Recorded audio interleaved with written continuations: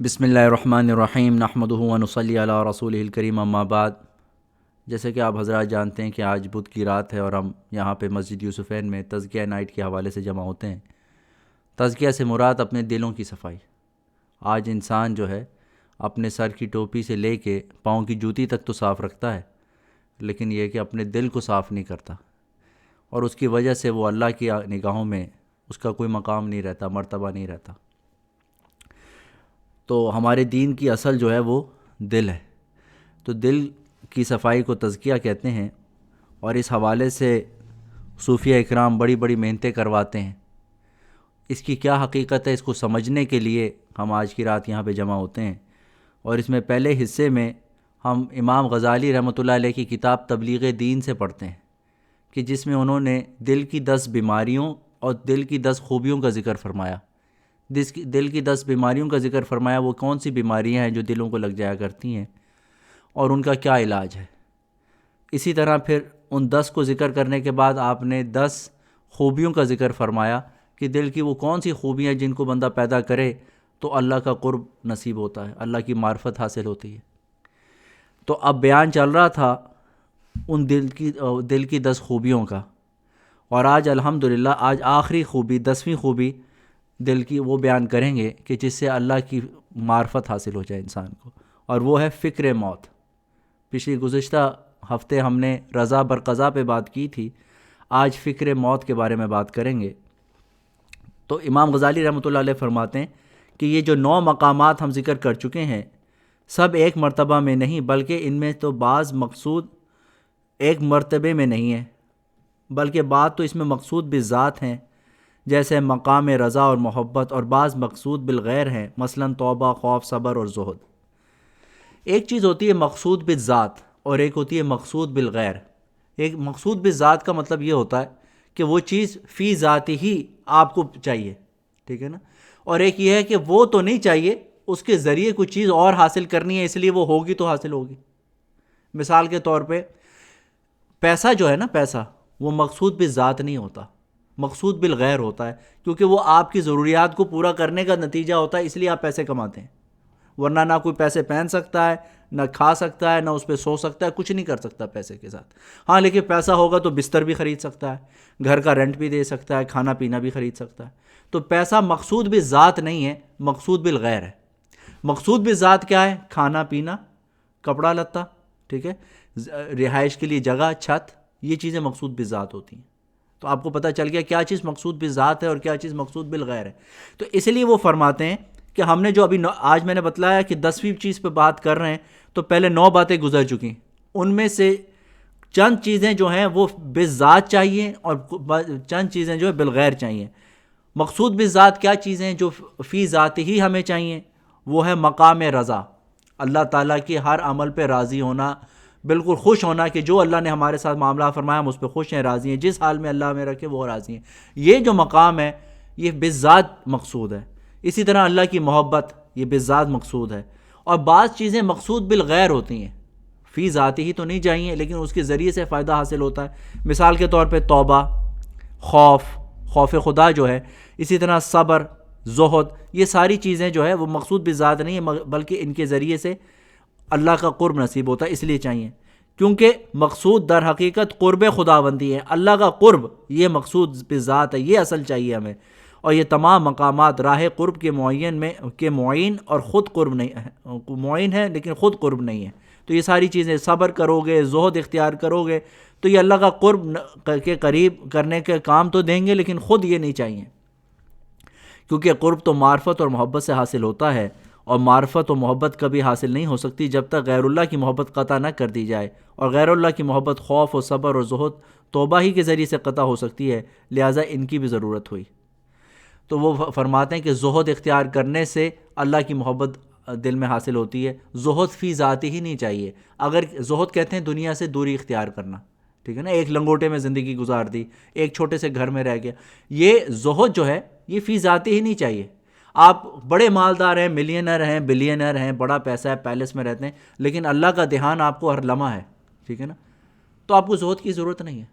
زہد کی ضرورت اس لیے پڑتی ہے کہ آپ دنیا کی چیزوں کو اپنے دل سے، اپنی جیبوں سے نکالیں گے تو دل کی جو ہے اس سے دنیا کی محبت کٹے گی تو اللہ کی محبت آئے گی، لیکن اگر آلریڈی دل میں اللہ کی محبت ہے تو نہیں چاہیے، یہ کہنے کی بات ہے۔ صبر کے ذریعے بھی اللہ کی محبت آتی ہے، توبہ کے ذریعے، تو یہ دنیا کی محبت کی اور غیر اللہ کی محبت کو ختم کرتا ہے، اس وجہ سے یہ ضروری ہے، لہٰذا اس کی بھی ضرورت ہوئی۔ اب چونکہ منجملہ ان امور کے جن سے قرب حق میں اعانت ہوتی ہے وہ موت کا یاد رکھنا بھی ہے، لہٰذا اس کا تذکرہ کرنا مناسب ہوا، کیونکہ موت کے ذکر سے دنیا کی محبت قلب سے جاتی رہتی ہے، اور جب یہ علاقہ قطع ہوگا تو اللہ تعالیٰ کی محبت حاصل ہوگی۔ اسی طرح سے جو ذکر موت ہے، موت کو یاد رکھنا ہے، اس سے دنیا کی محبت جب کٹے گی تو پھر اللہ کی محبت اس میں مزین ہوگی۔ اس لیے حق تعالیٰ فرماتے ہیں موت جس سے تم بھاگتے ہو وہ ضرور تم سے مل کر رہے گی، جس موت سے تم بھاگتے ہو وہ تمہیں ضرور مل کر رہے گی۔ اور رسول مقبول صلی اللہ علیہ وسلم فرماتے ہیں لذتوں کو توڑنے والی چیز یعنی موت کا کثرت سے ذکر کیا کرو۔ حضرت عائشہ رضی اللہ عنہا فرماتی ہیں کہ میں نے ایک مرتبہ جناب رسول اللہ صلی اللہ علیہ وسلم سے عرض کیا یا رسول اللہ، حشر کے دن شہداء کے ساتھ اور کوئی بھی اٹھے گا؟ یعنی کہ شہداء کا مقام حاصل کوئی اور بھی کرے گا، اس مقام کے ساتھ، اس اجر و ثواب کے ساتھ کوئی اور بھی اٹھے گا؟ آپ صلی اللہ علیہ وسلم نے فرمایا ہاں، وہ شخص جو رات دن میں 20 مرتبہ موت کو یاد کر لیتا ہو۔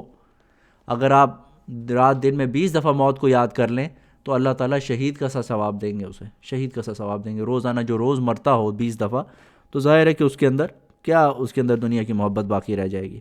اور اس کا آسان سا ایک طریقہ علماء اکرام فرماتے ہیں کہ دنیا کے ایک شب و روز میں آپ کے اوپر فرائض اور واجبات 20 ہیں۔ فجر کی کتنی سنتیں ہیں؟ 2، 4 ظہر کی، 6، 4 عصر کی، 6 اور 4 10، 10 اور 3 13، 13 اور 4 17، 17 اور 3 وتر 20۔ تو ہر رکعت اس طرح سے پڑھے کہ موت کا دھیان رہے، اس طرح سے پڑھے کہ یہ میری زندگی کی آخری نماز ہے، تو آپ یہ ایک دن میں یہ وظیفہ پورا ہو جاتا ہے۔ رسول اللہ صلی اللہ علیہ وسلم فرماتے ہیں موت کے برابر کوئی واعظ نہیں، یعنی نصیحت کرنے کو تو موت ہی کافی ہے، اور اگر جانوروں کا موت کا اتنا علم ہوتا جتنا بنی آدم کو ہے تو کوئی جانور فربا کھانے کو نہ ملے۔ یہ جانور جو ہے اس کو پتہ نہیں ہے کہ موت آنی ہے، اس لیے خوب رج کے کھاتا ہے، لیکن انسان جو ہے اگر وہ بھی اسی طرح سے غافل ہے تو وہ سمجھ لے کہ میری حرکتیں بھی جانوروں جیسی حرکتیں ہیں، کہ مجھے فکر ہی نہیں ہے، مرنا بھی ہے۔ میں تم میں 2 واعظ چھوڑ کر جاتا ہوں، ایک واعظ ساکت ہے یعنی خاموش، وہ ہے موت، اور دوسرا واعظ ناطق یعنی بولنے والا، وہ قرآن مجید۔ تو نبی صلی اللہ علیہ وسلم نے ہمیں 2 ایڈوائز کرنے والے چھوڑے ہیں، ایک موت جو خاموشی سے ہمیں نصیحت کرے، ایک قرآن مجید جو بول کر ہمیں نصیحت کرے۔ موت بڑی ہولناک چیز ہے، موت کے بعد کے واقعات اس سے زیادہ خوفناک ہیں۔ اس کا ذکر کرنا، یاد رکھنا دنیا کو منغت بناتا ہے، یعنی کہ منغت کا مطلب ہوتا ہے مقدر بناتا ہے، یعنی کہ اس سے بے رغبتی ہو جاتی ہے۔ اس دار ناپائیدار کی محبت کو دل سے نکال لیتا ہے۔ دنیا کی محبت ہی ہر گناہ کی جڑ ہے، پس جب دنیا سے قلب کی نفرت ہو گئی تو سب کچھ مل گیا۔ دنیا سے نفرت ہو گئی جبکہ موت کی فکر اور خیال ہوگی، جبکہ موت کا فکر اور خیال ہوگا کہ عنقریب ہم پر کیا آفت آنے والی ہے۔ اچھا، اب فکر موت کریں کیسے؟ امام غزالی رحمۃ اللہ علیہ کی یہی خوبی ہے کہ وہ ایک چیز کو ذکر فرماتے ہیں، اس کی افادیت بتاتے ہیں، پھر اس کو حاصل کرنے کا طریقہ بھی بتاتے ہیں۔ فکر کا طریقہ یہ کہ کسی وقت خلوت میں بیٹھ کر، یعنی اکیلے بیٹھ کے سارے خیالات کو دل سے نکال دو، قلب کو خالی کر کے توجہ اور عزم کے ساتھ موت کا دھیان کرو۔ یہ بندہ بہت مشکل کام نہیں ہے، 5-10 منٹ میں بھی کر سکتا ہے۔ دل کو خالی کر کے ایک جگہ بیٹھ جاؤ اور توجہ کے ساتھ موت کو دھیان میں لاؤ۔ اول اپنے ان دوستوں اور اعز و اقارب کا تصور کرو جو دنیا سے گزر گئے۔ آپ کے والدین میں سے کوئی جا چکا، بہن بھائیوں سے کوئی جا چکا، دوستوں میں سے کوئی چلا گیا، ان کا ذکر، ان کو سوچو، اور یک کے بعد دیگرے ایک ایک کا دھیان کرتے جاؤ کہ یہ صورتیں کہاں چلی گئیں، یہ کیسی کیسی امیدیں اپنے ساتھ لے گئے، حرص اور امید ان میں کتنا زور دکھایا، جاہ و مال کی کیا کچھ تمنائیں اور آرزویں ان کے دلوں میں رہیں، مگر وہ آج سب خاک میں مل گئے، من و مٹی کے نیچے دبے پڑے ہیں، کوئی شخص ان کا نام بھی نہیں لیتا۔ ان کے مرنے والوں کے بدن اور جسم کا دھیان کرو، کیسے حسین اور نازک بدن تھے، اب پارا پارا ہو گئے، گل گئے، پھٹ گئے، کیڑے مکوڑوں کی غذا بن گئے۔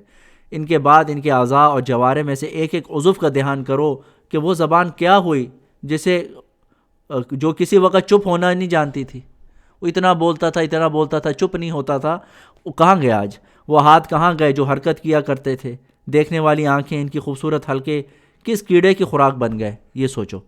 غرض اس طرح پر دھیان کرو گے تو سعید بن جاؤ گے، تو یوں کرو گے تو سعید بن جاؤ گے۔ اور سعید کسے کہتے ہیں؟ رسول اللہ صلی اللہ علیہ وسلم نے فرماتے ہیں سعید وہ ہے جو دوسروں سے نصیحت حاصل کرے، ٹھیک ہے نا، سعید وہ ہے جو دوسروں سے نصیحت حاصل کرے۔ افسوس کہ ہم موت جیسی ہولناک چیز سے غافل ہیں، اس زمین پہ کہ جس کو ہم پاؤں سے روند رہے ہیں، ہم سے پہلے سینکڑوں آئے اور چل دیے، مگر ہم سمجھتے ہیں کہ ہمیشہ رہیں گے۔ موت کا خطرناک سفر درپیش ہے مگر ہمیں کوئی پرواہ نہیں۔ اس قدر طول عمل کہتے ہیں لمبی امیدوں نے پیدا کر رکھی ہیں، اگر یہ جہالت رفع ہو تو موت کا دھیان آئے۔ تو یہ جہالت جو ہے بڑی امیدوں کی کہ ہم یہ کر لیں وہ کر لیں، مجھے 10 سال کے بعد یہ پلان ہے، تو یہ حدیث ہے، یہ سنیں۔ اسی لیے رسول مقبول صلی اللہ علیہ وسلم نے حضرت عبداللہ ابن عمر کو نصیحت فرمائی کہ صبح ہو تو شام کی فکر نہیں کرو، شام ہو تو صبح کا خیال نہ لاؤ، کیونکہ یہ صبح کو شام کی فکر کرنا یہ بھی بہت لمبی امید ہے۔ ہم تو سالہ سال کی کرتے ہیں، آپ نے صحابہ کو فرمایا صبح کو شام کی اور شام کی صبح کو نہ کرو۔ دنیا میں آئے ہو تو زندگی میں موت کا سامان اور تندرستی میں موت کی فکر کرو، کیونکہ اے عبداللہ کیا خبر کل کو تمہارا کیا نام ہوگا، یعنی زندہ ہوگا یا مردہ۔ جس شے کے آنے کا وقت مقرر نہیں، اس کی فکر تو ہر وقت ہونی چاہیے۔ وہ کہتے ہیں نا کہ تو موت تو کسی وقت بھی آ جاتی ہے، تو کسی نے موت سے یہ فگریٹیولی بتاتے ہیں، مبالغہ ہوتا ہے، فگریٹیولی بتاتے ہیں۔ موت سے کسی نے سوال کیا کہ بھئی تم اچانک آ جاتی ہو، ہمیں پتہ ہی نہیں چلتا، ہمیں پریپیئر کا ٹائم ہی نہیں ملتا۔ تو موت نے کہا نہیں، میں تو ایسا نہیں کرتی، میں تو روز آپ کو بتاتی ہوں، میں تو روز آپ کو الٹیمیٹم دیتی ہوں کہ میں آنے والی ہوں، ٹھیک ہے نا۔ آپ نہیں دیکھتے کہ آپ کے بچے بڑے ہو رہے ہیں، آپ کے بال اب سفید ہونے لگیں، اور آپ کے بچے اور بچوں کے بچے جب پیدا ہونے لگیں تو سمجھو کہ آپ کا وقت پورا ہو گیا، ٹھیک ہے نا۔ آپ کو اب ایک دن جانا ہے۔ آپ کے جب ساتھی جوانی میں جانے لگیں تو آپ کو پتہ چلتا ہے کہ یہ بھی ایک الٹیمیٹم ہے۔ تو اس لیے موت، اور اس کے بعد اس علاوہ یہ بھی کہتے ہیں کہ جب آپ کو کسی دوست نے کہا کہ میں جو ہے نا آپ کو فرائیڈے کو صبح 10 سے 12 کے درمیان ملوں گا، اب بتاؤ اگر 10:02 پہ آپ کے گھر پہ دستک دے تو آپ کیا کہیں گے؟ اچانک آ گیا؟ یا 11 بجے آ جائے تو آپ کہیں گے اچانک آ گیا؟ کہے گا نہیں بھائی اچانک کیا ہے، میں نے آپ کو آلریڈی کہا تھا کہ میں یہ 2 آور کی ونڈو میں ملوں گا، بس کسی وقت بھی آ جائے، اچانک نہیں ہے۔ تو جب ہمیں پتہ چل گیا کہ اس چھوٹی سی زندگی میں کبھی بھی موت آ جائے تو اچانک کیسا؟ بس اپنی امیدوں پر خاک ڈالو، آرزوؤں کو بڑھنے نہ دو، خدا جانے گھنٹہ بھر کے بعد کیا ہوتا ہے۔ اب یہ سنو، حضرت اسامہ رضی اللہ عنہ نے 100 دینار میں 2 مہینے کے وعدے پر ایک کنیز خریدی، یعنی 100 دینار کا وعدہ کر لیا کہ 2 مہینے میں آپ کو پیمنٹ کر دوں گا، یہ مجھے کنیز دے دو۔ جناب رسول اللہ صلی اللہ علیہ وسلم نے فرمایا اسامہ کی حالت پہ تعجب کرو، زندگی کا بھروسہ ایک دن کا نہیں، اور اس نے 2 مہینے کے وعدے پہ کنیز خریدی ہے، یہ طول عمل ہے، ٹھیک ہے نا۔ اور آج دیکھو ہم ہر بندہ اس میں ملوث ہے، ٹھیک ہے نا۔ وہ تو حضرت اسامہ نے ایک دفعہ کیا، لیکن ہم تو روزانہ ہماری گاڑیاں لیز پر ہوتی ہیں، فائنینس پر ہوتی ہیں، گھر لیز پہ فائنینس پر ہوتے ہیں، یہ ہمارا ایک سسٹم بن گیا ہے، لیکن اس کی وجہ سے غفلت آتی ہے۔ خدا کی قسم ہے کہ میں نوالا منہ میں رکھتا ہوں، یقین نہیں کرتا کہ حلق سے نیچے اترے گا۔ ممکن ہے نوالا کے کھاتے ہی اچھو پڑ جائے، پھندا لگ جائے، دم نکل جائے۔ لوگوں اگر تمہیں عقل ہو تو اپنوں کو مردے میں شمار کرو، قسم ہے اس ذات کی کہ جس کے قبضے میں محمد کی جان ہے، کہ جو کچھ وعدہ کیا گیا ہے وہ ضرور آنے والا ہے، اور جو آنے والا ہے وہ بہت قریب ہے۔ اگر تم کو جنت میں داخل ہونے کی خواہش ہو تو دنیا کے لاتعال امیدوں کو کم کرو، اور موت کو ہر وقت پیش نظر رکھو، اور اللہ سے شرماؤ جیسے کہ شرمانے کا حق ہے، انشاءاللہ جنت میں داخل ہو جاؤ گے۔ بس اللہ سے شرم کرو۔ تو یہ 10 خوبیوں کا بیان ہو گیا، 10 جو ہے وہ بیماریوں کا بیان ہو گیا۔ اب خاتمہ۔ تو امام غزالی فرماتے ہیں جو کچھ اب تک ہم نے بیان کیا اس میں ہم تم کو بیدار اور متنبع کر چکے کہ اللہ کی جانب چلنے کا شوق دلا چکے۔ پس اگر اب بھی کان نہ لگاؤ گے، یہ ایسا سنو گے جیسے قصے کہانیاں سنا کرتے ہو، تو اپنا ہی کچھ کھو گے، کسی کا کیا نقصان کرو گے۔ تو امام غزالی بڑی زبردست نصیحت فرما رہے ہیں، جو میں نے آج تک اب تک باتیں کی ہیں، اب اس کو قصے کہانیاں نہ سمجھو، اس کو میں نے تمہیں نصیحت کے لیے بتایا، اس کو اب لازم پکڑو۔ خدا تعالیٰ فرماتا ہے اس سے زیادہ ظالم کون، جس کو پروردگار کی آیتوں سے نصیحت کی گئی اور اس نے منہ پھیر لیا اور بھول گیا کہ فردائے قیامت کے دن کے لیے بھیجا۔ اور اگر توجہ کے لیے سنو گے اور دل سے کان لگاؤ گے تو بے شک نفع پاؤ گے، اور جو چیزیں صراط مستقیم سے روکے ہیں ان کو چھوڑ دو گے۔ یاد رکھو سلوک سے روکنے والی بڑی چیز دنیا کی محبت ہے، اسی نے خدا کی طرف سے غفلت پیدا کر رکھی ہے اور کبھی قیامت اور محشر کو یاد نہیں آنے دیتی۔ یہ دنیا کی محبت ہی سب سے بری چیز ہے۔ لہٰذا اگر روزانہ صبح کی نماز جو کہ صفائی ذہن اور معدہ کے خالی ہونے کا وقت ہے۔ چند منٹ تنہائی میں بیٹھ کر اپنی حالت پہ غور کیا کرو اور ابتدا، انتہا اور مبدا و معاد کو سوچا کرو اور نفس سے حساب لیا کرو تو بہت نفع ہوگا۔ تو فرماتے ہیں کہ یہ کام کرنے کا جو سب سے بہتر ٹائم ہے وہ فجر کے بعد ہے۔ فجر میں آپ کو کوئی بادر بھی نہیں کرتا، آپ کا سیل فون بھی نہیں بجتا، کوئی میسیج بھی نہیں آتا، اور آپ کو کچھ ایسے لغو کاموں میں مشغول ہونے کا دل بھی نہیں کرتا۔ صبح کا ٹائم بڑا سکون کا ٹائم ہے۔ فجر کے بعد یہ سوچو کہ میری مبتدا کیا، میرا مبدا کیا ہے، میرا معاد کیا ہے، میری انتہا کیا ہے، ان سب باتوں کو سوچو، نفس سے حساب لیا کرو، تو پیٹ بھی خالی ہے، سوچیں بھی اچھی ہوں گی، تو تمہیں پتہ چلے گا کہ نفس کو خطاب کر کے کہا کرو کہ اے نفس، میں مسافر تاجر ہوں، ابدی سعادت اور اللہ جل جلالہ کا قرب میرا منافع ہے، دائمی بدبختی اور اللہ سے حجاب میرا خسارہ ہے، اور میری عمر میرا راس المال ہے، ہر سانس ایک بیش بہا جوہر اور گویا بھرپور خزانہ ہے جس سے ابدی سعادت حاصل ہو سکتی ہے۔ یہ مراقبہ کرو روزانہ۔ کیا کرنا ہے؟ نفس سے پوچھو، روزانہ رب سے بات کرو۔ ابھی بتائیں گے، امام غزالی کہتے ہیں یہ ایک ایسی چیز ہے، یہ جب تک روز نہیں کرو گے باتیں دل میں نہیں بیٹھیں گی۔ روزانہ اپنے نفس سے بات کرو کہ اے میرے نفس، مجھے بتاؤ، میں ابدی سعادت، ابدی کا مطلب ہوتا ہے ہمیشہ کی سعادت چاہتا ہوں، اور اللہ جل جلالہ کا قرب چاہتا ہوں، یہ میرا منافع، یہ میں کمانا چاہتا ہوں۔ اور کس سے بچنا چاہتا ہوں؟ خسارہ کسے کہتے ہیں؟ میں دائمی بدبختی سے اور اللہ کی حجاب سے میرا خسارہ، اللہ سے دور ہو جاؤں اور ہمیشہ کے لیے بدبخت لکھا جاؤں، اس سے میں بچنا چاہتا ہوں۔ منافع یہ ہے اور یہ میرا۔ اچھا، اب میرے پاس انویسٹمنٹ کیا ہے؟ آپ لوگ بزنس کرتے ہیں، انویسٹمنٹ ہوتی ہے، کہتے ہیں میرا راس المال، میری انویسٹمنٹ جو ہے، میرا ایک ایک سانس ہے، ہر سانس میری انویسٹمنٹ ہے، ٹھیک ہے نا؟ اور یہ بیش بہا گوہر اور گویا بھرپور خزانہ ہے، یہ میرے پاس، یہ بس یہ انویسٹمنٹ ہے، اس سے میں ابدی سعادت حاصل کرنا چاہتا ہوں۔ اب یہ تجارت ہے، اب ایسی مجھے تجارت کرنی ہے کہ مجھے مایوس نہ ہونا پڑے۔ آپ خود سارے بزنس مین ہیں، آپ سب کو پتہ ہے کہ انویسٹمنٹ آپ کتنی پھونک پھونک کے رکھتے ہیں، آپ کی ساری انویسٹمنٹ ہی یہ سانسیں ہیں۔ آج کا دن میری تجارت کا ہے اور اللہ تعالیٰ نے مجھے فرصت دی ہے،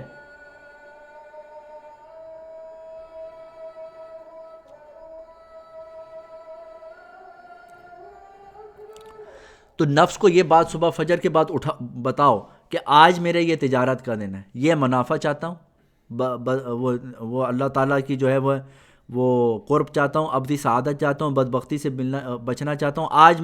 آج میرے تجارت کا دن ہے، اللہ نے مجھے آج فرصت دے دی ہے، اگر چاہوں تو تجارت میں نفع اٹھاؤں، اگر اللہ تعالیٰ مجھے دنیا سے اٹھا لیتا تو میں خواہش کرتا کاش دنیا میں لوٹایا جاؤں اور ایک دن مجھے نصیب ہو جائے کوئی نیک عمل کر لوں۔ اے نفس، وہ دن آج کا ہے تو تجھ کو خدا کی طرف سے مہلت کا عطا ہوا ہے، اب تو اپنا وعدہ پورا کر اور دیکھ کہ کیا کر رہا ہے۔ اگر اس مہلت کو تو نے غنیمت سمجھا اور آج کا کام کل پر نہ رکھا تو آج کی تجارت کا منافع تجھ کو مل گیا اور حسرت نہ ہوگی، اور اگر تو کل بھی زندہ رہے تو پھر یہی خیال کر۔ تو امام غزالی فرماتے ہیں روزانہ اپنے نفس سے یہ بات کیا کرو، دیکھو میں یہ کرنا چاہتا ہوں، ابدی سعادت چاہتا ہوں اور ابدی بدبختی سے بچنا چاہتا ہوں، سانسیں میرا سرمایہ ہے۔ اے نفس، آج تمہیں اللہ نے اگر فرصت دی ہے تو آج تجارت میں کامیاب ہو جا، سارا دن کا اسکیجول بنا لیں، یہ کرنا ہے آج میں نے، نمازیں پڑھنی ہیں، جو اللہ کی فرائض واجبات ان کو پورا کرنا ہے۔ اچھا، غرض جب تک زندہ ہے اس وقت تک ہر دن نیا سمجھ کے خدا کے عفو سے دھوکہ مت کھا، کیونکہ یہ تیرا گمان ہی گمان ہے۔ عام طور پہ انسان دھوکہ کیوں کھاتا ہے؟ امام غزالی فرماتے ہیں وہ دھوکہ اس لیے کھاتا ہے کہ اللہ کی معاف کرنے سے، اللہ کی عفو کہتے ہیں معاف کرنا، معافی سے بندہ دھوکہ کھا لیتا ہے، تو کہتے ہیں اس سے دھوکہ مت کھاؤ کیونکہ یہ تمہارا گمان ہے، گمان ہی گمان ہے، ممکن ہے غلط نکلے، ہو سکتا ہے اللہ تجھے معاف نہ کریں، ٹھیک ہے، اللہ تعالیٰ معاف کریں گے، ہو سکتا ہے تجھے نہ کریں۔ پھر اللہ کی معافی کوئی ضروری تو نہیں ہے، یا کوئی تیرے پاس قرض تو نہیں ہے جس کا مطالبہ اور ایفائے ادائے لازمی ہو، اللہ نے تجھے کوئی وعدہ تو نہیں کر لیا، ٹھیک ہے نا، ٹھیک ہے، اللہ کا قانون ہے، تو یہ، اور یا تو نے کوئی اللہ کو کوئی قرضہ تو نہیں دیا ہوا کہ اللہ تجھے معاف ہی کریں گے، ایسا تو کچھ نہیں ہے، اس سے دھوکہ نہیں کھاؤ۔ اور اچھا، دوسری بات، اگر معافی ہو بھی جائے، اگر ہو گئی معافی، تب بھی نیکوکار بندوں کے ثواب سے تو محروم ہی رہے گا، اور مرے پیچھے اگر حسرت کرے گا تو اس کا کیا نفع۔ تو یعنی کہ وہ کہتے ہیں تجھے اگر اللہ تعالیٰ تیرے گناہوں کو معاف کر بھی دیں، ٹھیک ہے، تیرا گمان سچا نکل گیا، پھر بھی جو نیکی کر کے جو بڑے بلند مقامات تجھے حاصل ہونے تھے وہ تو پھر بھی رہ گئے نا، اس کا کیا کرے گا؟ اب حسرت، مرنے کے بعد حسرت کی تو کیا کی، جو کچھ ہونا تھا وہ ہو چکا، گیا وقت پھر ہاتھ نہیں آتا، ایک ایک سانس کو غنیمت سمجھ۔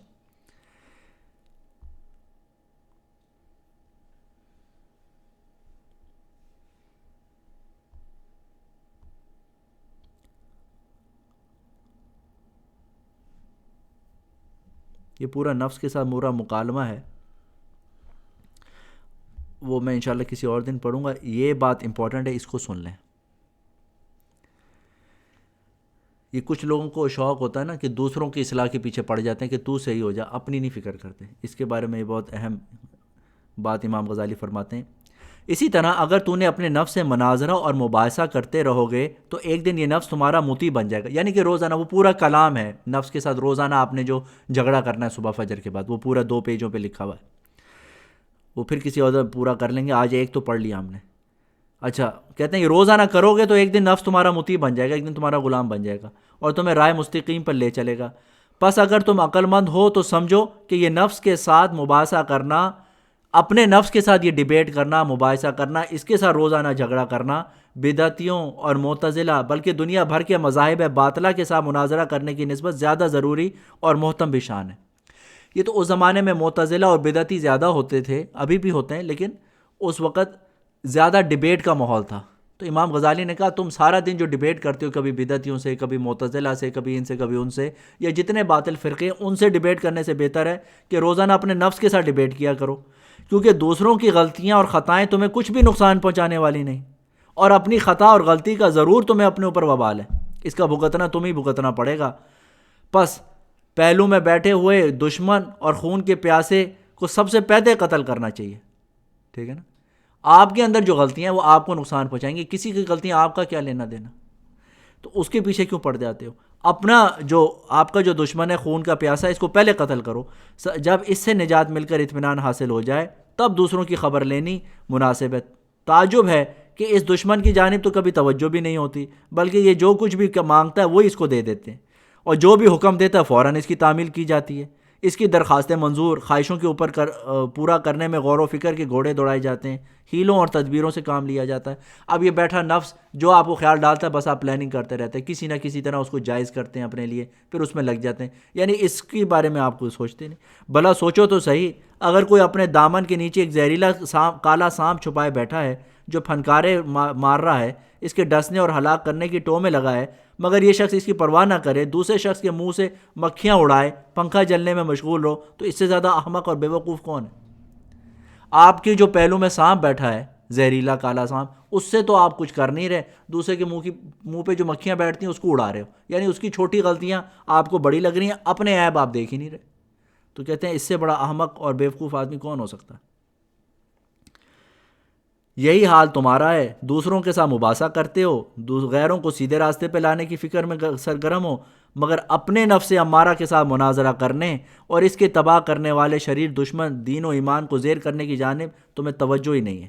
خوب سمجھ لو کہ جب نفس کے ساتھ ایک عرصہ دراز تک اس طرح مباحثہ نہ کرو گے، اس وقت تک یہ کبھی سیدھا نہ ہوگا، اور جب تک یہ سیدھا نہ ہوگا اس وقت تک نہ تم سے اللہ کی یاد ہو سکے گی، نہ مناجات میں لذت آئے گی، نہ سلوک کی طرف توجہ ہوگی، نہ صراط مستقیم پر چلنے کی فکر ہوگی. لہٰذا اس مناظرے کو اپنے اوپر واجب اور فرض سمجھو. اکثر اوقات نفس کے ساتھ یہ مباحثہ شروع کر دیا کرو، اور جب نفس تمہاری مخالفت کرے اس کو ڈانٹو، جھڑکو اور ایسی سزا دو جو کارگر اور با اثر ہو، کیونکہ نفس کی خاصیت کتے کی سی ہے، جب تک مار نہ کھائے گا اس وقت تک ادب نہ پائے گا. پھر اگر تم کو نفس کے ساتھ مناظرہ کرنے اور محاسبہ لینے یا نفس کو ڈانٹنے اور سزا دینے کا طریقہ معلوم کرنے کی خواہش ہو تو احیاء العلوم کی کتاب المحاسبہ والمراقبہ دیکھ کر، اس مختصر کتاب میں ان کے ابواب کو بیان کرنے کی گنجائش نہیں، تو اس کا طریقہ انہوں نے اپنی دوسری کتاب احیاء العلوم میں ذکر کیا ہے.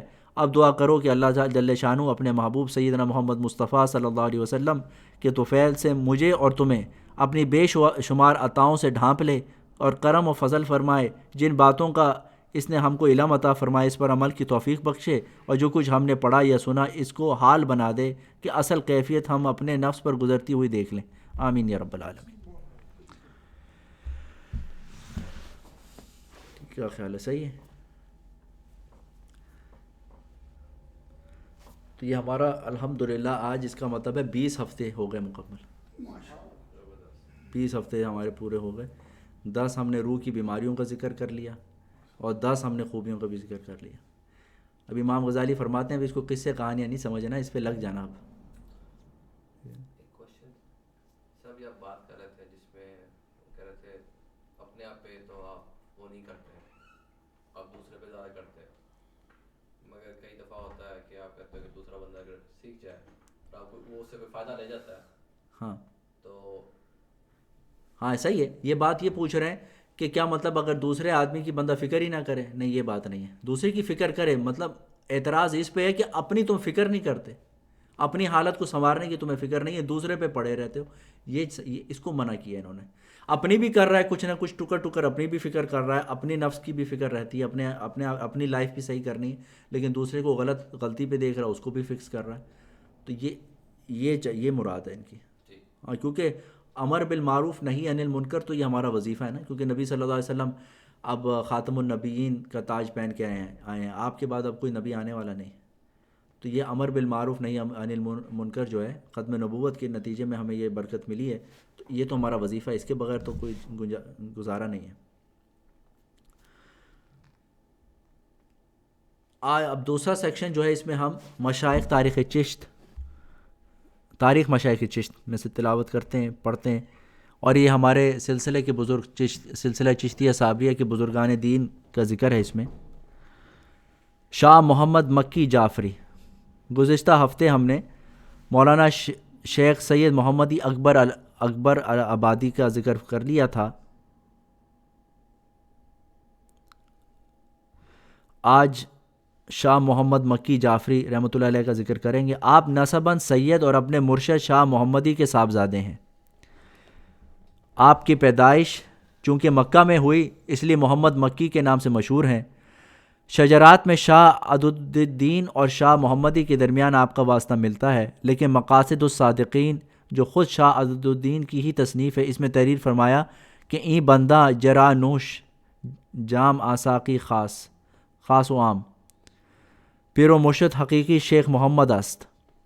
ایسے ہی اور بھی کتب تواریخ سے پتہ چلتا ہے کہ شاہ عددالدین کو بلا واسطہ شاہ محمدی سے اجازت حاصل ہے، جیسے کہ تعلیم الدین میں بھی حضرت تھانوی رحمۃ اللہ نے لکھا ہے. چنانچہ تحریر فرماتے ہیں اس مقام میں ہمارے خاندان کے شجروں میں کچھ اختلاف ہے. بعض نے شیخ محمد حامد شاہ اور عددالدین کے درمیان محمد مکی بھی مندرج ہیں، اور بعض میں صرف شاہ حامد کا نام ہے. اور تاریخ سے ثبوت ملتا ہے کہ شاہ عددالدین کی خلافت شاہ محمد سے بلا واسطہ حاصل ہے، اور اس کا تقاضا یہ کہ ان دونوں بزرگوں کے درمیان کوئی حد فاصل نہیں، کیونکہ لازم پکڑی ہوئی ترتیب فوت ہو جاتی ہے. مقصود کی تحقیق نخبۃ التواریخ امروہہ سے نکالی ہے، اور شاہ محمدی اور شاہ محمد حامد دونوں بھائی ہیں. شاہ محمد حامد کو ارادت و خلافت اپنے بھائی سے حاصل ہے، اور شاہ محمدی کے حرمین شریفین میں 2 لڑکے پیدا ہوئے تھے. شاہ محمد مکی جن کا ذکر اس خانے میں مقصود ہے، اور دوسرے روشن محمد مکی، دونوں نے ارادت و خلافت اپنے باپ سے حاصل کی. اور شاہ حامد سے ایک لڑکا عددالدین پیدا ہوا جس کا ذکر اب اس کے بعد کے خانے میں آ رہا ہے. انہوں نے بھی خلافت اپنے چچا شاہ محمدی سے حاصل کی اور اپنے باپ سے بھی فیوض حاصل کیے. شاہ محمدی اور شاہ عددالدین کے درمیان فصل نہ ہونے کی توجہ ظاہر ہے، اور وہ خلافت کا بلا واسطہ حاصل ہونا. اور فصل کی توجہ یہ کہ شاہ حامد نے فیض پہنچا شاہ عددالدین کو، اور ان کے چھوٹے بھائی شاہ سے حاصل توجہ یہ کہ ان کا فیض حاصل کرنا ہے اپنے باپ شاہ محمدی سے جن کا ذکر منقول ہوا. اور شاہ عددالدین نے فائدہ حاصل کیا اپنے بھائی اور اپنے چچا محمد مکی سے، جیسا خود خیال کیا گیا. لہٰذا روایات اور شجرات سب موافق اور مطابق ہوئے. واللہ عالم. اس لیے احتمالاً یہ توجہ ممکن ہے کہ شاہ عددالدین کو اجازت بلا واسطہ حاصل ہے، لیکن تکمیل فیوضات اپنے چچا زاد بھائی شیخ محمد مکی سے بھی ہوئی ہو، اور آپ سے دوسرے بھائی مدینہ منورہ میں پیدا ہوئے جن کا نام روشن محمد مکی ہے. اور آپ کا اسم گرامی بعض جگہ سعد محمد مکی پر بھی نظر پڑا. آپ کی تاریخ حسین و وفات عامہ کتب تاریخ میں نہیں ملتا، البتہ بعض شجرات میں 11 رجب لکھی ہے. مزار بھی شجرات میں امروہہ لکھا ہے. تو یہ تھوڑے سے ان کا اختلافی مسئلہ تھا شاہ محمد مکی کا، تو وہ ذکر ہو گیا، ساری بات تفصیل آ گئی. اب حالات پڑھیں گے شاہ عددالدین رحمۃ اللہ علیہ. ابن شیخ حامد بن شیخ عیسیٰ ہرگامی.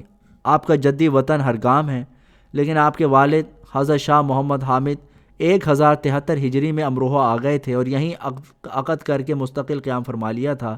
اور یہیں پر شاہ عددالدین 24 رجب 1077 میں پیدا ہوئے اس لیے امروہی مشہور ہیں. آپ حسب تحریر خود اپنے مرشد شیخ محمدی کے حقیقی بھتیجے ہیں، اور آپ کا وطن امروہہ ہے، تو آپ اپنے شیخ کے بھتیجے بھی ہیں. آپ کو علوم ظاہریہ اور فنون عربیہ میں کمال درجہ حاصل تھا. اتقاء اور زہد وغیرہ کے اول ہی سے عادی تھے.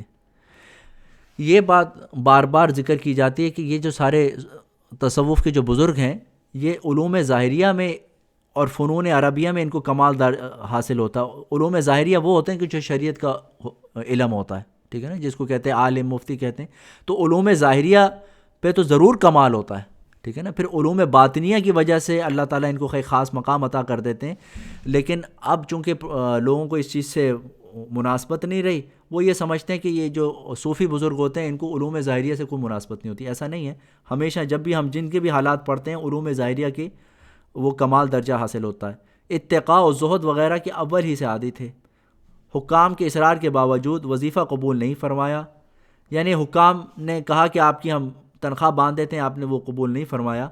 ایک جوگی کا قصہ مشہور ہے کہ وہ آپ کے محاسن اور کمالات دیکھ کر آپ پر فریفتہ ہو گیا. یہ سنو, ایک جوگی جو ہے آپ کے محاسن یعنی آپ کے اچھے اخلاق دیکھ کر اور کمالات دیکھ کر فریفتہ ہو گیا, اور کیمیا آپ کے سامنے بنا کر آپ کی خدمت میں پیش کی. پہلے تو آپ نے اس کے قبول کرنے سے انکار فرمایا, بعد میں اس کے شدید اصرار پر قبول کر لیا, اور اس بیل کو جس میں وہ رکھی ہوئی تھی خانقاہ کے ایک طاق میں رکھوا دیا. کئی سال بعد وہ جوگی دوبارہ آیا تو دیکھا کہ وہ اسی طرح طاق میں رکھی ہے اور بہت سا گرد و غبار اس میں پڑا ہے. اس نے عرض کیا, حضرت اس کو کام میں نہیں لائے؟ فرمایا ضرورت ہی پیش نہ آئی. اس کے بعد فرمایا ہمارے پاس اس سے بھی بڑی اکسیر موجود ہے. اس کے دریافت کرنے پہ فرمایا وہ قناعت ہے. کیمیا لا کے دے دیا. جوگی نے کہا حضرت بڑے اچھے اخلاق کے آدمی ہیں, تو بڑے دیندار ہیں, اللہ والے ہیں. تو کیمیا جو ہوتا ہے وہ ایک خاص چیز ہوتی تھی جو مٹی کو بھی سونا بنا دے, سونا بنانے کی ایک ترکیب ہوتی تھی. تو پہلے تو حضرت نے کہا نہیں مجھے نہیں چاہیے. اس نے کہا نہیں آپ لے لیں. اب اس کا دل رکھنے کے لیے لے لی. آپ نے کہا ایسا کرو کہ وہ خانقاہ میں ہماری طاق کہتے ہیں کیبنٹ کو, کیبنٹ میں جا کے رکھ دو. اب وہ ایک عرصے کے بعد آیا تو اس نے دیکھا وہ وہیں رکھی ہے, اس میں مٹی بھی لگ گئی, کوئی اس کو ٹچ بھی نہیں کرتا. تو کہا حضرت آپ نے یوز نہیں کی؟ کہتے مجھے ضرورت ہی نہیں. کہتے کیوں؟ وہ تو بڑا اچھی چیز ہے, کیمیا ہے, وہ تو سونا بنایا آپ اسے. کہنے لگے میرے پاس اس سے بڑی چیز ہے. وہ کیا ہے؟ قناعت. یعنی جو ہے آپ اس پہ قانع ہو گئے, جو اللہ نے دیا اس پہ آپ خوش ہو گئے, اس سے بڑی کوئی کیمیا ہے ہی نہیں. کسی کو چاہیے کیوں؟ نسباً سید تھے. آپ کا مشہور اس میں گرامی سید آزاد دین تھا, مگر بعض لوگوں نے تحقیق کی اور آپ کا اصل نام عدود الدین اس لیے اب وہی مشہور ہو گیا. عربی فارسی کی تکمیل کے بعد آپ کو سنسکرت سیکھنے کا خیال ہوا, اور باوجود یہ کہ اس زبان کو ہر شخص بالخصوص مسلمانوں کو سکھانے میں شدید بخل سے کام لیا جاتا تھا, مگر پھر بھی بڑی مشکلات سے مختلف پنڈتوں سے اس کو سیکھا, اور اجودھیا اور بنارس وغیرہ کے اسفار کے اس کے لیے اختیار کیے, اور اس میں مہارت حاصل کرنے کے لیے ایک رسالہ سنسکرت زبان میں تالیف فرمایا. تو یہ سنسکرت آپ کو پتہ ہے ہندوؤں کی گیتا وغیرہ اس میں لکھی جاتی ہے, لیکن حضرت نے یہ سیکھا کیونکہ وہ دین کے فروغ کے لیے. آپ کو تعبیر رویا یعنی خوابوں کی تعبیر بتانے میں کمال حاصل تھا. کشوف بھی آپ کو اکثر ہوا کرتے تھے. کشوف کہتے ہیں کہ کشف ہو جانا, دل کی نگاہ سے ایسی چیزوں کو دیکھ لینا کہ جو ظاہر میں نظر نہیں آتی, اس کو کشف کہتے ہیں. ایک مرتبہ کسی نے علم تعبیر رویا آپ سے حاصل کرنے کی درخواست کی. آپ نے فرمایا علم کا سیکھنا مشکل ہے, اس لیے کہ ہر نوع کے احاطہ دشوار ہے. کشف کا واقعہ سے تعلق ہے, اس کے بعد یہ خود حاصل ہو جاتا ہے. مقاصد العارفین آپ کی تصنیف ہے جو علم عقائد اور سلوک میں بہترین رسالہ. اس کتاب کی تالیف 1124 میں مکمل ہوئی, لیکن یہ رسالہ طبع نہیں ہو سکا. 27 رجب 1170 میں یا 72 میں 100 سال کی عمر میں آپ کا وصال ہوا. امروہہ میں جامع مسجد کے قریب مزار ہے. ان کے جو آگے خلیفہ ہیں وہ شیخ عبد الحادی رحمۃ اللہ علیہ. ابن شیخ محمد حافظ نسباً سید شیخ صدیقی ہیں, اور ان کا سلسلہ شاہ عدود الدین کے خلفاء میں ہے. امروہہ محلہ قریشہ میں 14 رجب 1084 میں 4 شنبہ کو پیدا ہوئے. آپ کی 4 سال کی عمر تھی کہ تقریب میں آپ کے غیر شاہ محمدی تشریف فرما ہوئے. وہاں نماز پڑھنے کے لیے کھڑے ہوئے تو دوف بصارت کی وجہ سے قبلے کا رخ صحیح نہیں معلوم کر سکے, کسی قدر دوسری جانب رخ ہو گیا. آپ نے اپنی 4 سالہ عمر میں شیخ کو قبلے کا رخ کیا. حضرت نے نماز سے فارغ ہو کر آپ کی والدہ کو بشارت دی کہ یہ لڑکا کسی وقت میں مقتدائے قوم ہوگا اور ایک قوم کی دستگیری کرے گا. دادا پیر کے یہ الفاظ کچھ ایسے قبولیت سے وابستہ تھے, اسی وقت سے ان کے اثرات آپ پر ظاہر ہونے لگے. آپ 4 سال کے تھے اور اپنے دادا پیر ان کو نماز میں کسی وقت میں ان کو ظاہر نظر نہیں آتا تھا تو قبلے سے ذرا چہرہ ان کا مڑ گیا تھا. آپ نے 4 سال کی عمر میں آپ کو اتنی فہم تھا کہ قبلہ صحیح کر دیا, تو اس کا اثر انہوں نے یہ کہا کہ یہ کسی قوم کا امام بنے گا اور دستگیری کرے گا. آپ کے والد نے تھوڑے دنوں میں مکتب میں بٹھا دیا. وہاں ابتدائی فارسی مفر القلوب اور گلستان کے 2 باب تک پڑھی تھی. ایک دن اتفاق سے حافظ جی کسی کام کو گئے. ایک سائل پہنچا, سب بچے ان سے خائف ہو گئے. اس نے اپنے منہ سے کوئی چیز چبا کر آپ کو کھلائی. آپ نے خوف کی وجہ سے اس کو کھا لیا اور اس کے گلے سے اترنا تھا کہ ایک وحشت طبیعت پر چھا گئی. آدمیوں سے نفرت, آبادی سے گھبراہٹ ہو گئی, جنگل کو نکل گئے. اسی طرح صحرا نوردی میں رہا کرتے تھے. امروہہ کے نواح میں یتیم شاہ نام کے نام سے ایک مجذوب رہتے تھے. اتفاقاً ان سے ملاقات ہوئی. انہوں نے کہا کہ مجھے حکم ہوا ہے کہ تمہیں ساتھ رکھوں. چنانچہ ایک مدت تک ان کے پاس رہے. اس کے بعد انہوں نے میرا سلسلہ 5 واسطوں سے شیخ نظام الدین بلخی تک پہنچتا ہے, اس لیے تم شاہ عضد الدین سے بیعت ہو کر کمالات حاصل کرو. ان کی ہدایت کے موافق آپ امروہہ جا کر حضرت شیخ سے بیعت ہوئے. ایک مرتبہ آدھی رات کے قریب شیخ کے پاؤں دبا رہے تھے. اسی حالت میں عرض کیا, حضرت دعا فرما دیں کہ جاوائے رحمت مجھے قید خودی سے نجات دے دے. حضرت نے ارشاد فرمایا کہ علائق تو لگا رکھے ہیں, ہم جیسے بننے کی حرص کرتے ہو. ہاں, قید خودی یعنی اپنے آپ سے, ایک انسان کے اندر خودی ہوتی ہے نا کہ اس سے نجات ہو جائے. تو انہوں نے کہا کہ اپنے اتنے شوق تم نے لگا رکھے ہیں اور ہم جیسے بننے کی حرص کرتے ہو. عرض کیا کہ حضرت میری تو تمنا ہے کہ حضرت کی گلی کے کتوں جیسا بن جاؤں. یہ الفاظ حضرت کو پسند آ گئے. کچھ دنوں بعد اجازت و خلافت سے سرفراز ہو کر حضرت کی شیخ کی نیابت فرمائی. آپ صاحب کشف تھے. لوگوں نے خطرات پر اکثر مطلع ہوتے تھے اور فوراً جواب دے دیا کرتے. تنہائی پسند ہونے کی وجہ سے زیادہ تر صحرا میں رہتے. ایک مرتبہ حضور صلی اللہ علیہ وسلم نے خواب میں آ کے فرمایا, آبادی میں رہ کے خلق خدا کو نفع پہنچاؤ. اس حکم کی تعمیل میں آبادی میں تشریف لائے. موضع براہی میں رہنا شروع کیا. گاہ بگاہ دوسروں مقامات پر تشریف لے جاتے, جس کی وجہ سے امروہہ کا قیام بہت کم ہو گیا. خدام اور مریدین کی نہایت کثرت تھی. ان کے اصرار سے مختلف مواقع پر تشریف لے جاتے اور کثرت سے لوگ بیعت ہوتے, استفادہ کرتے. آخر میں قاضی, شیخ الاسلام وغیرہ اکابر شہر بریلی کے اصرار پر بریلی تشریف لائے اور موضع کھائی کھیڑا متصل بریلی قیام فرمائے. اس عرصے میں طبیعت ناساز ہو گئی اور مورخہ 4 رمضان 1190 میں بروز جمعہ انتقال فرمایا. تدوین بریلی میں عمل میں آئی, لیکن بعد رمضان آپ کی جسم مبارک کو لوگوں نے وہاں سے امروہہ منتقل کر دیا. اب امروہہ میں شیخ ظہور اللہ صدیقی کے باغ میں مزار ہے. تو یہ تھے شیخ عبد الہادی رحمۃ اللہ علیہ. اس کے بعد شیخ عبد الباری ہیں اور پھر شیخ حاجی عبد الرحیم. پھر انشاءاللہ جو ہے ہمارے قریب کے سلسلے کے لوگ کافی آ جائیں گے.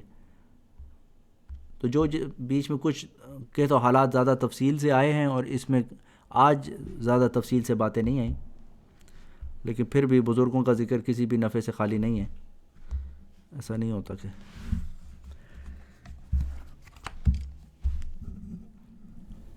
تو یہ چند بزرگوں کا ذکر تھا جو سلسلہ چشتیہ صابریہ سے جو جن کا تعلق ہے.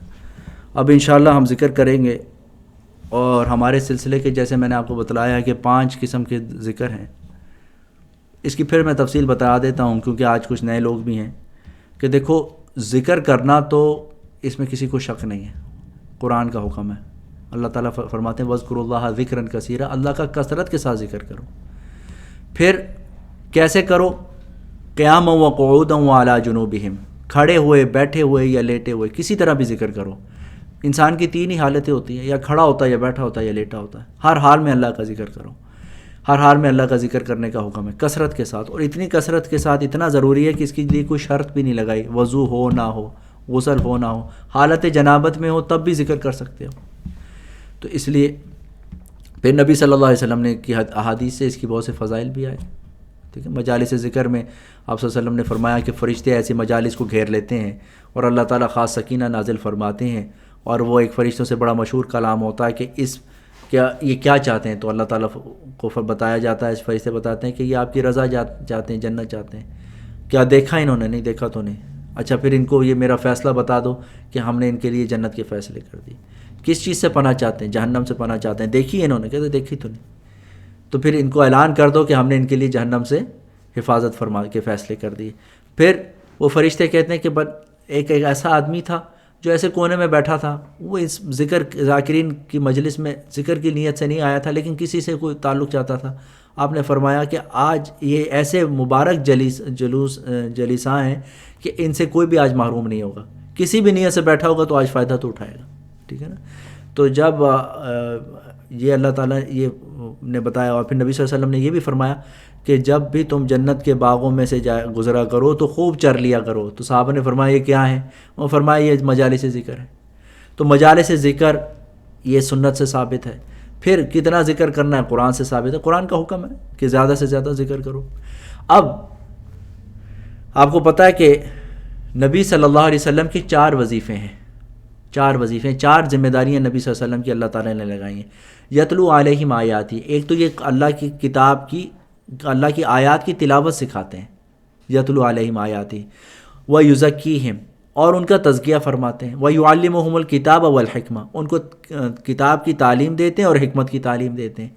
تو تلاوت قرآن جو نبی صلی اللہ علیہ وسلم کا وظیفہ ہے، یہ مکاتب قرآنیہ میں کیا جاتا ہے. یہ امام صاحب جو ہے بیٹھ کے 5 to 7 جو مکتب پڑھاتے ہیں، یہ نبی صلی اللہ علیہ وسلم کا وہی وراثت، وہی ایک ذمہ داری، اسی کو پورا کرتے ہیں کہ وہ نبی صلی اللہ علیہ وسلم صحابہ کو قرآن کی تلاوت سکھاتے تھے، تو امام صاحب بھی سکھا رہے ہوتے ہیں.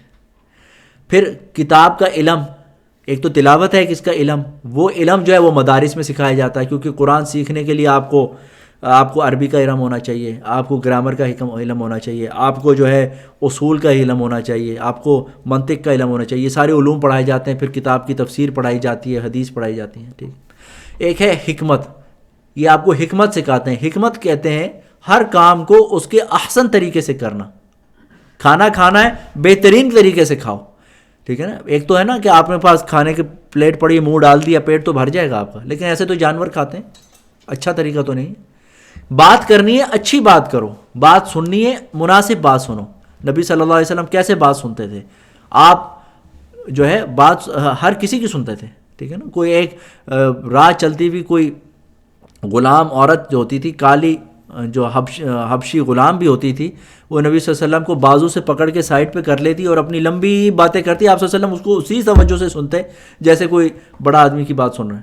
آپ صلی اللہ علیہ وسلم اس کو نہیں کہتے تھے کہ چل بھائی تو کدھر آ گئے، ایسا نہیں. وہ آپ کو اگر راستے سے کھینچ کے کسی نے سائڈ پہ کر لیا اور اس نے آپ سے بات کرنی شروع کر دی، نبی صلی اللہ علیہ وسلم پوری توجہ سے اس کی سنتے، اور پھر جب سن لیتے تو کہتے دوبارہ بھی ضرورت پڑے پھر بلا لینا. لیکن ہاں کوئی غیبت کی بات کرتا، کوئی گناہ کی بات کرتا، تو آپ صلی اللہ علیہ وسلم پھر اس کو پھر روک دیتے کہ چپ. اس کو کہتے ہیں حکمت. کتنی سننی ہے کتنی نہیں سننی، نیکی کی باتیں سننی ہے، برائی کی باتیں نہیں سننی. ٹھیک ہے نا. اسی طرح سے کتنی باتیں بولنی ہیں. آپ نے فرمایا کہ اوتی تو بھی جوامع الکلم، کہ اللہ تعالیٰ نے مجھے بس وہ جو مناسب کلمات اللہ نے عطا کیے. میں بہت زیادہ بھی نہیں بولتا، بہت کم بھی نہیں بولتا. اتنا کم بھی نہیں بولتا کہ تمہیں سمجھ ہی نہ آئے، اتنا بھی نہیں بولتا کہ ٹو مچ ہو جائے. بالکل. تو نبی صلی اللہ علیہ وسلم کی جو سنت طریقے ہیں وہ حکمت ہے، وہ ہر چیز کو کرنے کا بہترین طریقہ ہے. تو آپ نے وہ حکمت سکھائی. اور یزکیہم، اور تزکیہ فرمایا. صحابہ کا تزکیہ فرماتے تھے. صحابہ کہتے تھے ہمیں یہ دل میں برائی آتی ہے، آپ اس کا تزکیہ فرماتے تھے. تو یہ تزکیے کا جو کام ہے یہ صوفیہ اکرام کرتے ہیں. صوفیوں کی اکرام کی جو خانقاہوں میں بیت و ارشاد کا کام ہے، وہ دلوں کا تزکیے کا کام ہے. دیکھو مثال کے طور پہ ایک صحابی آئے نبی صلی اللہ علیہ وسلم کے پاس، کہنے کہ یا رسول اللہ مجھے تو زنا کا دل چاہتا ہے، زنا کرنے کا دل چاہتا ہے. اب ہمارے جیسا کوئی بندہ ہو کہتے ہیں نا عام جو علم کا گھاٹا، تو وہ کیا کرے گا؟ غصہ کرے گا کہ یار یہ تم مسجد میں ایسی بات بھی کر رہے ہو تو تمہاری شرم نہیں ہے. ٹھیک ہے نا. تو لیکن یہ تو نبی صلی اللہ علیہ وسلم جو ہیں وہ تو تزکیہ فرماتے ہیں دلوں کا، اور آپ تو ہادی عالم ہیں، آپ تو ایسے سطحی آدمی نہیں ہیں. تو آپ صلی اللہ علیہ وسلم نے فرمایا ٹھیک ہے. آپ نے اس سے کنورسیشن کی. آپ نے فرمایا کہ بھائی تمہاری اگر ماں کے ساتھ کچھ ایسا کرنا چاہے تو کیا کرو گے؟ وہ آگ بگلو گے، میں مار دوں گا اسے. تمہاری پھوپھی کے ساتھ کرے، خالہ کے ساتھ کرے، بیٹی کے ساتھ، بہن کے ساتھ، بیوی کے ساتھ، سارے رشتے محرم رشتے گنوا دیے اور کہا وہ ہر ایک میں آگ بگولا ہو جاتا. تو آپ صلی اللہ علیہ وسلم نے اب اس کو فرمایا کہ بھائی تو جس کے ساتھ ایسا کرے گا، کسی کی بہن ہوگی، کسی کی بیٹی ہوگی، کسی کی بیوی، خالہ، پھوپھی، یہی ہوگی نا. تو پھر تو کہنے لگا وہ صحابی ایک عرصہ گزر گیا، اور آپ صلی اللہ علیہ وسلم نے پھر اس کے دل پہ ہاتھ رکھ کے، آپ نے دست مبارک رکھ کے پھر دعا بھی فرمائی کہ یا اللہ اس کے دل کو پاک فرما دے. وہ صحابی بہت عرصہ دراز گزر جانے کے بعد بھی فرماتے ہیں وہ دن اور آج کا دن مجھے زنا کا خیال ہی نہیں آتا، نکل گیا. اس کو کہتے ہیں تزکیہ. یہ تزکیہ کہتے ہیں. آپ نے یہ نہیں کہا اگر آپ یہ کہتے تو نہیں میاں حرام ہے جہنم میں چلو گے. اب بیچارہ دل سے تو پریشان ہے, کب تک بچتا, کبھی بچتا کبھی کرتا. اس کو کہتے ہیں تزکیہ. ایک ہوتا ہے کہ جب دل کا تزکیہ ہوتا ہے, یہ مطلب نہیں ہے کہ پھر گناہ نہیں ہوتے, گناہ ہوتے ہیں لیکن اس کی اتنی اٹریکشن نہیں رہتی, اس کو پتہ چل جاتا ہے. ایک آدمی ہے نا جس کا تزکیہ ہو چکا ہے, جس کے دل کی اصلاح ہو چکی ہے, وہ یہ نہیں ہے کہ وہ نبی بن جائے گا یا وہ گناہ ہی نہیں کرے گا. صرف نبی معصوم ہوتے ہیں, باقی تو سب سے گناہ ہوتے ہیں چھوٹے موٹے, لیکن اس کو اپنی غلطیوں پہ اس کو تنبیہ ہو جایا کرے گی اور وہ اس کو ایڈکٹ نہیں ہوگا. ایک ہوتا ہے نا ایڈکٹ, اب اچھا یہ اچھی مثال سمجھ میں آ گئی. ایک ہوتا ہے الکوہلک ہوتا ہے, ایڈکٹ آدمی ہوتا ہے. آپ اس کو کہیں کہ یار تمہیں شراب نہیں پینی, 100 بتائیں آپ, لیکن وہ پھر بھی پیے گا, اپنے آپ کو کوسے گا بھی لیکن پیتا بھی رہے گا. ایک ہے ایڈکٹ نہیں ہے, عام آدمی ایڈکٹ نہیں ہے. اگر اس نے کسی مجلس میں جا کے پی لی شراب تو اس کو چھوڑنا آسان ہے یا نہیں؟ وہ آ کے گھر میں فوراً اس کو خیال ہوگا یار یہ میں کیا کر بیٹھا, توبہ کرے گا, پھر ہو سکتا ہے پھر کبھی بھی نہ پیے, سالہ سال نہ پیے. ٹھیک ہے نا. جو ایڈکٹ ہے وہ ایسا آدمی ہے جس کی دل کی اصلاح نہیں ہوئی بھی. تو نبی صلی اللہ علیہ وسلم جو اصلاح فرماتے تھے تاکہ گناہوں سے بچنا آسان ہو جائے, اصلاح فرما دیا کرتے تھے. اور بھی بہت سی مثالیں. صحابہ آتے تھے اور آپ صلی اللہ علیہ وسلم پہ کہتے تھے مجھے یہ فکر ہے. کسی صحابی نے کہا یا رسول اللہ میرے دل میں ایسے ایسے خیالات آتے ہیں, بہت ہی گندے خیالات ہیں کہ میں وہ بات بیان بھی نہیں کرتا, میں آگ میں جل تو جاؤں لیکن وہ بات منہ پہ نہ لاؤں. ایسے وسوسے آتے ہیں میرے دل میں. کیا وسوسے آتے ہیں؟ میں یہ سوچتا ہوں کہ ہر چیز جو موجود ہے اس کو کوئی نہ کوئی موجود کرنے والا ہے, یعنی کہ وہ اللہ ہے. تو اللہ بھی جب موجود ہے تو اس کو کس نے موجود میں لایا؟ تو یہ مجھے بات نہیں سمجھ آتی. تو آپ نے فرمایا یہ وساوس تمہیں کیسے لگتا ہے؟ کہ تو بہت برے لگتے ہیں. تو آپ نے کہا یہی تو ایمان کی علامت ہے. اگر تو کافر ہوتا, تیرے دل میں ایمان نہ ہوتا تو یہ تجھے وساوس اچھے لگتے, تو اپنے آپ کو بڑا کوئی وہ سمجھتا کہ میں کوئی بڑا کوئی فلسفی ہوں, ہے نا. آج کل تو جس کو یہ خیالات آئیں تو وہ اپنے آپ کو بڑا فلسفی سمجھنے لگتا ہے, یار میں تو ارسطو کے بعد تو میرا نمبر ہے, تو مجھے اتنی تو عقل کسی کو آئی نہیں جتنی مجھے ہے. وہاں سے پکڑتا ہے اللہ میاں کو. تو اس کا مطلب ہے کہ اس کی عقل ماری گئی ہے. تو نبی صلی اللہ علیہ وسلم نے اس طرح سے اصلاح فرماتے, صحابہ کو تسلی ہو جاتی. تو یہ تزکیہ نفس. تو جو سلسلے کے بزرگ ہوتے ہیں وہ اسی طرح کے تزکیے کی کوئی شغل رکھے ہوتے ہیں کہ جس کے ذریعے سے وہ بندے کے انسان کا تزکیہ ہو. تو ہمارے سلسلے میں بہت سے اشغال ہیں جن میں سے ہم 5 اشغال کی وہ کرتے ہیں. اچھا اشغال میں کیا ہوتا ہے وہی ذکر ہے, وہی سب کچھ ہے, لیکن کچھ ہیڈ موومنٹس ہوتی ہیں, باڈی کی موومنٹس ہوتی ہیں. اور بعض نا سمجھ لوگ اس سے اس لیے کتراتے ہیں کہ وہ سمجھتے ہیں یہ بدعت ہے, حضور نے تو ایسے نہیں کیا, صحابہ نے تو ایسے نہیں کیا. بھائی دیکھو سب سے پہلے تو بات یہ ہے بدعت اس کو کہتے ہیں کہ جس کو آپ دین کا حصہ سمجھ کے کریں. ٹھیک ہے نا. اب آپ جمعے کے لیے گاڑی میں تشریف لے کے آتے ہیں, لیکن گاڑی میں آنا آپ کوئی دین کا حصہ نہیں سمجھتے, آپ اس کو ذریعہ سمجھتے ہیں. ٹھیک ہے نا. تو وہ بدعت نہیں ہے. اب قرآن کریم کو آپ چھاپ کے کتاب کی شکل میں چھاپ کے رکھ دیتے ہیں تاکہ کوئی بھی آسانی سے پڑھ لے. تو قرآن کریم کو پڑھنا تو حدیث سے ثابت ہے, لیکن اس شکل میں قرآن کریم تو آپ کو پتہ حضرت عثمان رضی اللہ تعالیٰ عنہ کے زمانے میں آیا تھا. تو یہ بدعت نہیں ہے. ٹھیک ہے نا.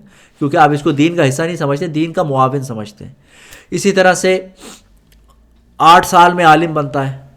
ٹھیک ہے نا. یہ تو بدعت ہے. صحابہ نے تو 8 سال میں نہیں کوئی عالم بنے تھے. تو کیا ہوا یہ کیوں؟ کیونکہ یہ ایک آپ نے خود اپنی ایڈمنسٹریٹو ایک بنائی ہوئی, اس کو آپ دین کا حصہ نہیں سمجھتے کہ یار 8 سال مسجد میں جانا فرض ہے, قرآن سنت کا کب ہے, نہیں. یا آپ اس کو ایک ایڈمنسٹریٹولی ایک آپ نے ایک سیٹ اپ بنایا ہوا کہ 8 سال جاؤ گے, پہلی سال میں یہ پڑھو گے, دوسرے سال میں یہ, 8ویں سال میں یہ پڑھو گے تو علم فضل حاصل ہو جائے گا. باقی اللہ کی دین ہے جس کو جتنا فضل دے. ٹھیک ہے نا. تو یہ ترتیب ہے. تو اسی طرح سے ایک حافظ ہے, وہ جب قرآن حفظ کر رہا ہوتا ہے یوں سر ہلا ہلا کے حفظ کر رہا ہوتا ہے. آپ اس کو بدعت اس لیے نہیں کہتے, یار وہ یوں اس لیے کر رہا ہے بیچارہ تاکہ اس کا فوکس بیٹھ جائے. ٹھیک ہے نا. اصل تو قرآن حفظ کرنا ہے, وہ قرآن و سنت سے ثابت ہے. اسی طرح سے ذکر اذکار کرنا قرآن و سنت سے ثابت ہے, لیکن جو اشغال ہوتے ہیں صوفیہ کے وہ ایک خاص وجہ سے ہوتے ہیں تاکہ وہ نفس پہ اثر کریں, اوقا بن نفس ہو جائیں, نفس پہ اثر کریں, اس کا کوئی اثر ہو. اب مثال کے طور پہ لا الہ الا اللہ الہ الا اللہ میں پڑھ رہا ہوں, لیکن دماغ میرا یہ ہے کہ یار آج پتہ نہیں اچھی بریانی بنی ہے کہ نہیں بنی, پتہ نہیں کیا ہوا ہے. تو یہ تو کوئی فائدہ نہیں ہوا نا ذکر کا. ٹھیک ہے نا. تو وہ اب مجھے دل میں یہ خیال ہے کہ یار وہ سنی بھائی وہ اب فکر ہو رہی ہے مجھے اندر ہی اندر کہ وہ آئیں گے یا پیزے آئیں گے, پتہ نہیں کیا کریں گے. تو اگر وہ سن رہے ہیں سنی بھائی تو پیزے تو بھیج دو, لوگ لاسٹ منٹ پہ بھیج دیتے. ویسے پیزے آ رہے ہیں, پیزے آ رہے ہیں. ہاں تو دیکھو اب تسلی ہو. تو اس لیے ذکر جب آپ ایک خاص موومنٹ کے ساتھ کرتے ہیں، شغل کے انداز میں کرتے ہیں، تو اس کا نفس پہ اثر ہوتا ہے اور نتائج مرتب ہوتے ہیں. تو آج ایک شغل ہے لا الہ الا اللہ کا، ایک خاص ذکر ہے، وہ ہم کریں گے. کہ اچھا، سب سے پہلے تو میں آپ کو بتا دوں 6 لطیفے ہیں ہمارے روح میں جس کے اوپر اللہ کی محبت کا مسالہ لگا ہوتا ہے. لطائف ستہ کہتے ہیں اس کو، اور روحانی دنیا میں اس کا بڑا دخل ہے، اس کو سمجھ لینا چاہیے. اس کی مثال یوں سمجھو جیسے ماچس جو ہے وہ جلتی ہے، لیکن کیوں جلتی ہے؟ کیونکہ اس کی ٹپ پہ مسالہ لگا ہوتا ہے. مسالے پہ اگر آپ رگڑ لگائیں گے تو جل جائے گی. آپ کو کوئی کہتا ہے یار یہ ماچس جلاؤ، آپ دوسری طرف سے رگڑتے ہیں، کچھ بھی نہیں ہوگا. تو وہ جو مسالہ ہے اس کے اندر جلنے کی صلاحیت ہے، اس پہ رگڑ لگے گی تو جل جائے گا. اسی طرح ہمارے باطن میں، ہمارے روح میں ایسے 6 مقامات ہیں کہ جس پہ اگر ضرب لگے تو اس میں اللہ کی محبت کا چراغ روشن ہو جائے گا. وہ لطائف ستہ کیا ہیں؟ ایک لطیفہ قلب ہے، وہ بائیں پستان سے 2 انگل نیچے لطیفہ قلب ہے. اسی طرح سے دائیں پستان سے 2 انگل نیچے لطیفہ روح ہے، اور یہ بالکل بیچ میں لطیفہ سر ہے، اور ناف سے 2 انگل نیچے لطیفہ نفس ہے. اور یہ آنکھوں کے اوپر، یہاں پر آبرو کے اوپر، یہاں پہ لطیفہ خفی ہے، اور دماغی یا سر کے پیچھے لطیفہ اخفا ہے. ان تمام جگہوں پہ جب اللہ کی ذکر کی ضرب لگائی جاتی ہے تو یہ روشن ہو جاتے ہیں، اللہ کی محبت کا اثر ہو جاتا ہے. کیسے پتہ چلتا ہے؟ تو جو مشائخ سلسلہ ہوتے ہیں ان کو پتہ ہوتا ہے کہ کس لطیفے کا کیا نور ہے. ٹھیک ہے نا. بعض اوقات کسی کو کالا نور نظر آتا ہے. ٹھیک ہے نا. آپ کہیں گے کالا بھی نور ہوتا ہے؟ ہاں ہوتا ہے. دیکھو خانہ کعبہ کا رنگ کالا ہے، وہ اسی حال میں نورانی لگتا ہے. ٹھیک ہے نا. تو یہ جو لطیفہ اخفا ہے اس کا جو ہے نا رنگ کالا ہے. اگر انسان کو خاص کالا نور نظر آئے تو اس کا مطلب ہے کہ لطیفہ اخفا پر کام ہو گیا. ٹھیک ہے نا. اسی طرح سے لطیفہ قلب، بعض اوقات انسان کو اپنے نفسانی خواہشات پہ کنٹرول نہیں ہوتا، تو وہ کہتے ہیں لطیفہ نفس پہ ضرب لگاؤ، تاکہ جب اس پہ ضرب لگے گی ادھر اللہ کی محبت کا نور اجاگر ہو جائے گا. وہ جب روشن ہو جائے گا تو تم اپنے نفس پر قابو پانا تمہارے لیے آسان ہے. ٹھیک ہے نا. تو لطیفہ نفس ہے، لطیفہ قلب ہے، لطیفہ روح ہے. ان سب کے اپنے اپنے. لطیفہ روح، اس کا نور جو ہے وہ سبز ہوتا ہے، تو وغیرہ ذالک. تو یہ ساری باتیں ہیں. تو آج ہم جب ذکر کریں گے، اس شغل کا خاص نام ہے، وہ تو اس وقت میرے ذہن میں نہیں ہے. وہ یہ ہے کہ ہم ناف سے 2 انگل نیچے جائیں، لطیفہ نفس سے وہاں سے سانس کھینچیں گے. پورا سانس کھینچ لیا، پھر نفس میں سے لا الہ الا اللہ کو نکالیں گے. لا الہ، اور الہ کی ذکر کی ضرب لگے گی لطیفہ روح پر. لا الہ الا اللہ، لا الہ الا اللہ، لا الہ الا اللہ، لا الہ الا اللہ. سانس ختم ہو گیا. پھر ایک لمبی سانس کھینچیں گے، لطیفہ نفس سے لمبی کھینچ لی. لا الہ الا اللہ، لا الہ الا اللہ، لا الہ الا اللہ. یوں ذکر کریں گے. ٹھیک ہے نا. جو پرانے حضرات ہیں آپ تو جانتے ہیں ہم کرتے رہتے ہیں، ہر 5ویں دن اس کا نمبر آتا ہے، تو اس کو ذکر کریں گے. تو ذکر سٹارٹ کرنے سے پہلے 1 دفعہ سورہ فاتحہ، 3 دفعہ سورہ اخلاص اور 3 دفعہ درود شریف پڑھ لیجئے. اعوذ باللہ من الشیطان الرجیم، بسم اللہ الرحمن الرحیم، الحمد للہ رب العالمین الرحمن الرحیم مالک یوم الدین، ایاک نعبد و ایاک نستعین، اہدنا الصراط المستقیم صراط الذین انعمت علیہم غیر المغضوب علیہم ولا الضالین. بسم اللہ الرحمن الرحیم، قل هو اللہ احد اللہ الصمد لم یلد ولم یولد ولم یکن له کفوا احد اللہ الصمد. اللہم صلی علی محمد النبی الامی وعلی آلہ وصحبہ.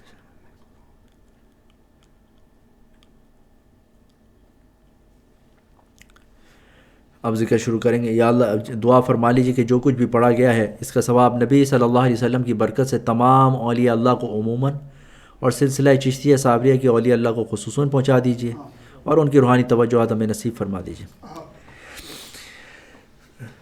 لا الہ الا اللہ، لا الہ الا اللہ، لا الہ الا اللہ، لا الہ الا اللہ، لا الہ الا اللہ، لا الہ الا اللہ، لا الہ الا اللہ، لا الہ الا اللہ، لا الہ الا اللہ،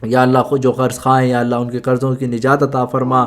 یا اللہ مسلمان دنیا بھر میں جہاں جہاں پریشان ہے یا اللہ ان کی پریشانی کو ختم فرما. جہاں مظلوم ہے یا اللہ ان کو غلبہ نصیب فرما. یا اللہ اسی طرح سے یا اللہ اس وقت ہماری مسجد میں جماعت آئی ہے شکاگو سے یا اللہ یہ تشریف لائیں. یا اللہ کرونا کے بھی حالات چل رہے ہیں یا اللہ ان کی ہر طرح سے حفاظت فرما. یا اللہ ان کے گھر والوں کی یہ خالص تیرے دین کے لیے یا اللہ نکلے ہیں. یا اللہ اخلاص کے ساتھ اپنے دین کا کام کرنے کی توفیق بھی ان کو عطا فرما. اور یا اللہ ان کا یہاں پر آنا ہماری مسجد کے لیے مبارک فرما. اور ہم مسجد والوں کو ان کے لیے مبارک فرما. یا اللہ ہاں جی یا اللہ ہم سب کو یا اللہ عزیز مجلس کو اس مسجد کے گرد و نواح میں جو مسلمان رہتے ہیں یا اللہ ان سب کو یا اللہ کرونا سے حفاظت فرما. اسی طرح ملک بھر میں دنیا بھر میں یا اللہ مسلمانوں کو یا اللہ کرونا سے حفاظت فرما. یا اللہ جو کفار ہیں لیکن ظالم نہیں ہیں یا اللہ ان کی بھی حفاظت فرما. یا اللہ ان کی بھی حفاظت فرما. جو ظالم ہیں یا اللہ اگر ان کو یا اللہ ان کی قسمت میں یا اللہ ہدایت ان کو ہدایت نصیب فرما. یا اللہ نہیں تو یا اللہ ان کو عبرت کا نشان بنا. یا اللہ اسی طرح سے یا اللہ جو جن کو ہمارے محلے میں کچھ لوگوں کو کرونا ہو بھی چکا ہے سنا ہے کہ طاہر شیخ صاحب کو بھی ہو گیا ہے یا اللہ ان کو صحت کلی عطا فرما. یا اللہ انہوں نے کوارنٹین کیا ہوا ہے یا اللہ ان کو یا اللہ عافیت نصیب فرما. ان کے گھر والوں کی خوب حفاظت فرما. آمین یا رب العالمین. وصلی اللہ تعالی علی خیر خلق محمد.